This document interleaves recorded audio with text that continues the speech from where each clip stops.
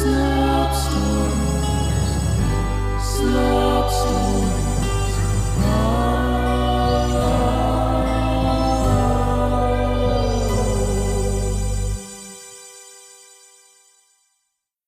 Slop Stories presents Express Delivery of the Carbonizat Desert by Tim DePaola.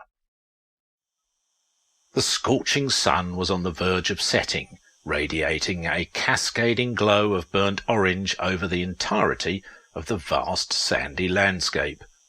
The moon was in stark contrast of the waning daylight, its white face shining bright, and as flawless as polished silver. When the cacti began casting their long and intricate shadows, the desert started to settle into its deep and quiet rest, simply exhausted after another day of the extreme blasting heat from the sun. Sand foxes nestled into their coves, armadillos rolled into their rocky dens, and the pickled scarecrows stayed ever vigilant, watching over the sand biome as day turned to night. The Carbonizat Desert lay beyond the Trevor Mountains, which were already on the edge of civilization. The last town within the mountain range was Twin Pond, a simple city made up of simple folks. They were fishermen, and the people of Twin Pond caught the largest, heaviest, and juiciest trout known to mankind. The Twin Pond trout had become a rare and sought-out delicacy all over the world. Over the years, frothing, greed-filled entrepreneurs had come to the mountain town with promises of limitless money, begging the townspeople to allow factories and farm fisheries to be built, thinking they would be the next food mogul. But each rich person was rejected and sent packing, their capital and resources unwanted by the town. Like I said, they were simple folks, and they wanted none of the hustle and bustle of city life or stress that came with it. So they fished, brought their catch to the Twin Pond butchery, and got paid very well. The butchery had no computer system, and handwritten orders were placed from all around the world, thousands of dollars attached to each pink slip. Big Tom would fill as many orders as he could per day, and a delivery truck would arrive by sundown and take the perfectly packaged fish off to their impatient customers. There was currently a 2-year wait list to get a shipment of trout, and people still sent the pre-orders, cash up front. One customer, however, did not have to wait. Hundreds of years prior, a Twin Pond resident had an itch to explore the Carbonizat Desert, intrigued with the pickled scarecrows that dotted the area longer than oral human history could date. The young lady flew a hot air balloon out above the desert one day, never to return. The townspeople mourned her and went on with their lives. However, 8 years later, they saw a hot air balloon on the horizon, and began banging drums and hollering with joy. As it approached, they saw the balloon had many exotic patches, and had a young boy dressed in white standing in the basket, not the young lady they used to know. The boy regaled them with stories about the young lady and how she had found the city where he was from, deep in the heart of the desert. She had crash-landed outside of Waza, a gorgeous oasis city that thrived on its cold spring waters. The Wazans had taken her in, and the young lady had fallen in love and married and became one of them. But she never stopped speaking of the delicious trout of her hometown, and had piqued the interest of the oasis city. They began to crave a taste they'd only heard described, and after a few years decided to send a scout out in her old balloon to try and find Twin Pond and bring them back some fish. But that wasn't all the boy had travelled for.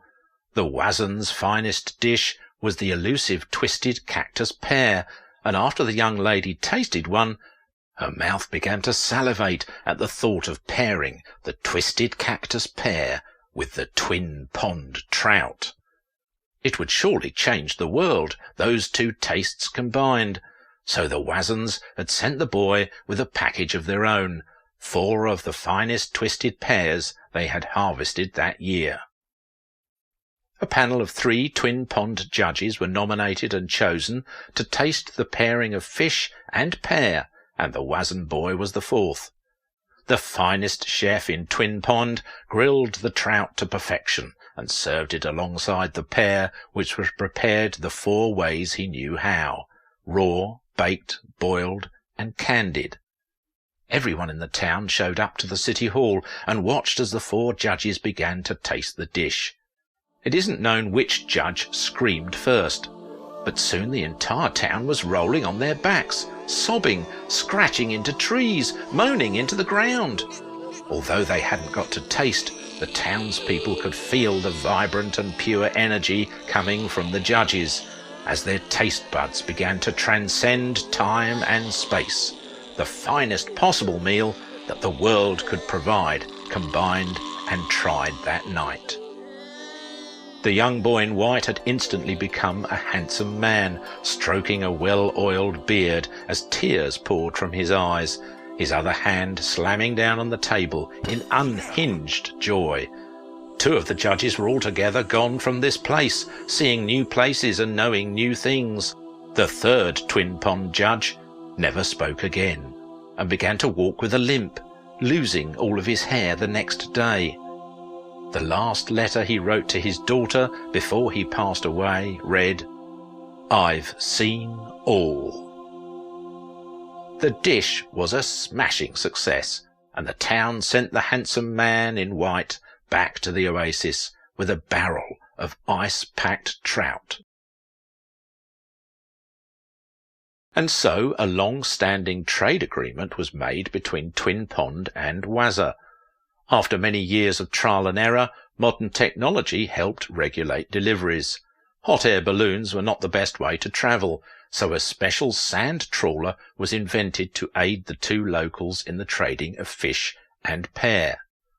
It was a small orange vehicle about the width and length of a kayak, with a triangular cockpit with thick tinted glass windows, a steering wheel, and a lever that either sped up the trawler or slowed it down. It had large, spiked treads that could easily pull it through the sandy terrain. Attached to the trawler was a small caboose on wooden sleds, which would drag behind the trawler and glide across the sand. The caboose housed a living quarters and had enough room to hold 4 barrels of fish, which would be traded for 2 barrels of twisted cactus pears. Large tanks of gasoline were connected to the outside walls of the caboose, just enough for a round trip. A delivery outpost was made on the border of the mountain range and the desert, a small red building with a garage on the 1st floor and a living quarters above. A white sign hung outside with gold-gilded writing that read, "Express Delivery." It took the Wazens roughly 2 weeks to harvest the twisted cactus pears, as finding the elusive plants every day was a challenge. So every fortnight a delivery driver was dispatched from the outpost to Wazen to deliver the fish and fetch the pears, and it had worked well for many years.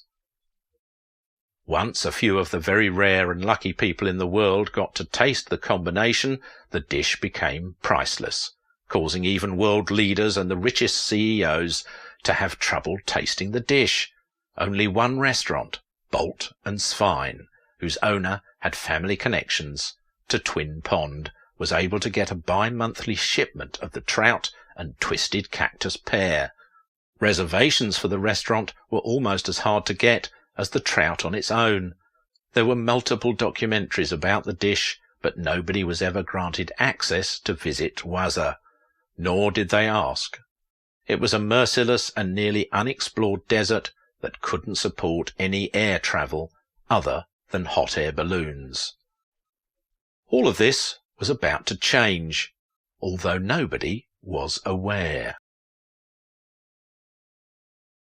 A loud buzzing awoke Jane Merrick from a really good dream, her face wet from the drool puddle that formed on the pillow as a result of her deep sleep. Her face looked mindless. She twisted her head left to right, trying to stabilize into being awake, yet also trying to hold on to that amazing dream. She couldn't remember it, and dejectedly got dressed and slid down the old fireman's pole into the garage. "Stop ringing it! I'm awake! I'm here, please!" she said groggily into the intercom at the base of the pole. Jane slammed her fist into a red button, and the garage door began to loudly squeak as it rose. A red-haired man with a huge, unruly moustache waited with his hands on his hips right outside the garage, waiting until it was all the way up before stomping into the garage. "Jane, these fish are on ice, and you "Are on the clock, yeah, I get it, Tommy. Look, no trawler has ever gotten through the desert as quick as me. I've basically shaved 3 hours off each end of the journey, so cut me some slack and load up my rig with the fish while I fuel her up," said Jane in a frustrated tone. You haven't even filled the tank? Jane, we had to turn down the G7 World Leaders Summit 2 weeks ago because we were out of pears. They wanted us to cater 1 meal for 7 people, and we couldn't help them out. This is bigger than us, and definitely bigger than you sleeping in. So cut the crap and take this more seriously, Tommy said, his brows furrowed. "Pack the trout and get back to Daddy's butchery. I'm sure you have a lot of fishy-tasting stamps to lick. I'd be done fueling by now if I didn't have to hear you recite that lecture for the 1000th time," she said with no amusement. Tommy bit his lip and walked to the back of his truck, taking 1 barrel at a time and loading them onto the caboose. Jane fueled the trawler and threw her travel bag onto the bed in the caboose. "Well, I'm all set to go. Waiting on you now, Thomas," she said. Tommy finished strapping the last barrel into the caboose and walked straight out, getting into his truck without another word and driving back to the town. Jane strapped into the trawler and set out on her delivery. She clicked the garage door closed from the cockpit and headed into the endless wasteland that was the Carbonizat desert. She had made the delivery to the oasis hundreds of times now and knew the route by heart. There were no digital maps. Getting to Haase had to be taught. She had yet to teach a new pupil and would need to soon, lest the information be lost forever. Half of the fuel loaded into the tanks was used to power the air conditioners to keep the cockpit and caboose at a reasonable temperature. Jane wouldn't be able to pilot this thing without the sweet relief of the cold fans blowing. The tinted windows were so dark it was hard to see without the polarized goggles. The sun was her true enemy out here, and the trawler was equipped with what she needed to survive. The spiked treads pulled her quickly through the sand, and she steered very carefully, never getting distracted from her path. The winds blew the sands around, and Jane had to follow a very specific bearing to get from checkpoint to checkpoint. There weren't many landmarks out here to help. The cactus pears were elusive for a reason. The twisted cacti that grew the fruit were corkscrew-shaped, and the wind would dig them into the ground, hiding them from view. Some pear hunters would dig for days without finding a cactus. Others would get lucky after an early storm revealed a clump of 6 cacti right beside each other. It was all luck in the cactus pear hunt. The scorching sun was on the verge of setting, radiating a cascading glow of burnt orange over the entirety of the vast sandy landscape. Jane knew this meant it was time to park the trawler, deploy the harpoon anchors to keep her steady, and crawl into the caboose to sleep. There was no way to travel at night in this desert. It was way too dangerous. Windstorms, freezing temperatures, and shifting bearings would not allow for it. Now that it was twilight, Jane exited the cockpit, finding the desert's temperature perfectly cool. She sprayed pepper dusting all over the wooden sled holding the caboose to deter any teething sand foxes that wanted to chew. Some of the worst delivery accidents that had happened were because of the gnawed wood before a solution was found. Jane began to climb into the caboose when she saw a pickled scarecrow on a dune in the distance. A shiver went down her spine. How long had it been there? Longer than human history, that was for sure. But she had never seen that particular one before, and she had camped in what she thought was this area hundreds of times. She shook off the feeling and entered the caboose. After finishing a meagre ration of dried trout and raisins, she used the wooden toilet. The scents of the dried fish, iced fish and commode made for a pretty awful way to fall asleep, but Jane managed it. When she awoke, she was drenched in sweat. "Not good," she said in a panicked voice. She put her ear to the air vents, but nothing was blowing. Her face went white, and she kicked open the caboose's door and slid down the ladder. Her feet splashed into wet sand. "Not good," she said again. A huge damp puddle of sand circled the caboose. It smelled like gasoline. She wanted to puke and ran towards the gas tanks to check their levels. Right below the meter was a small gash of metal, a drop of gasoline forming on its sharp edge. Next to the gash was a small carving. She squinted to read it, and it just said, "Tommy." The last drop of gasoline plopped onto her boot, and she looked up towards the giant burning sun in the sky.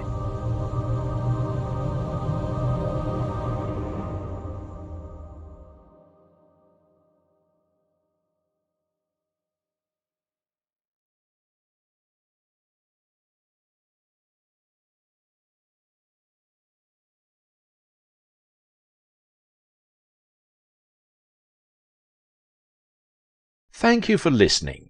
I've been your possibly a mirage narrator, Simon Hensby. Listen up, slop sucklers, and heed my words.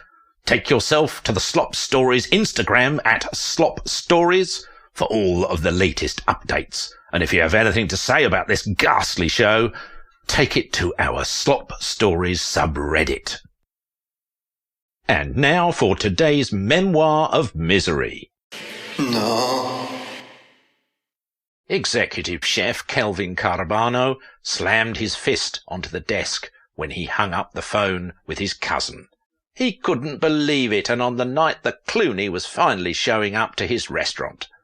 Sure, he could still serve the trout, but without the cactus pear? He shook his head in disgrace.